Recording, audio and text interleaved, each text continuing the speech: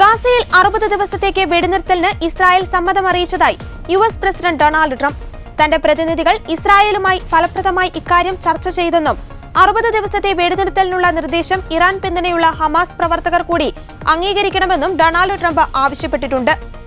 60 ദിവസം നീണ്ടുനിൽക്കുന്ന വെടിനിർത്തലിനിടെ കാര്യങ്ങൾ ചർച്ച ചെയ്ത് തീരുമാനമായില്ലെങ്കിൽ ഹമാസ് കൂടുതൽ പ്രതിസന്ധി നേരിടേണ്ടി വരുമെന്നും ട്രംപ് മുന്നറിയിപ്പ് നൽകി. സമൂഹമാധ്യമമായ ട്രൂത്ത് സോഷ്യലിലൂടെയാണ് ട്രംപ് വെടിനിർത്തൽ സംബന്ധിച്ച പ്രഖ്യാപനം നടത്തിയത്. വെടിനിർത്തലിനെ ഖത്തർ, ഈജിപ്ത് എന്നിവിടങ്ങളിൽ നിന്നുള്ള മധ്യസ്ഥരുമായും നിർദ്ദേശങ്ങൾ പങ്കുവയ്ക്കുമെന്നും ഹമാസ് നേതൃത്വത്തെ മധ്യസ്ഥർ ഇക്കാര്യം അറിയിക്കണമെന്നും ട്രംപ് പറഞ്ഞു.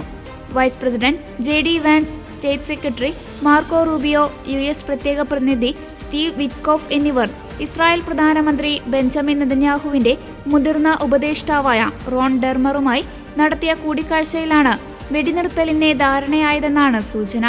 60 ദിവസത്തെ വെടിനിർത്തൽ ഇസ്രായേൽ അംഗീകരിച്ചിരിക്കുന്നു.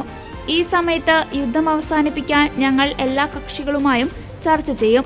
ഖത്തറിന്റെയും ഈജിപ്തിന്റെയും പ്രതിനിധികൾ ഈ അന്തിമ നിർദ്ദേശം ഹമാസിനെ കൈമാറും. മധ്യപൂർവ്വ ഏഷ്യയുടെ നന്മയ്ക്കായി ഹമാസ് ഈ കരാർ അംഗീകരിക്കുമെന്ന് ഞാൻ പ്രതീക്ഷിക്കുന്നു. അല്ലെങ്കിൽ കാര്യങ്ങൾ കൂടുതൽ വഷളാകുകയേയുള്ളൂ.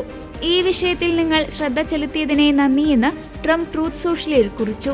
വെടിനിർത്തൽ കരാർ പ്രാബല്യത്തിൽ വരുന്നതോടെ ഗാസയിൽ ഇസ്രായേലും ഹമാസും തമ്മിലുള്ള ബന്ദി കൈമാറ്റം സാധ്യമാകുമെന്ന് പ്രതീക്ഷിക്കുന്നതായും ട്രംപ് പറഞ്ഞു.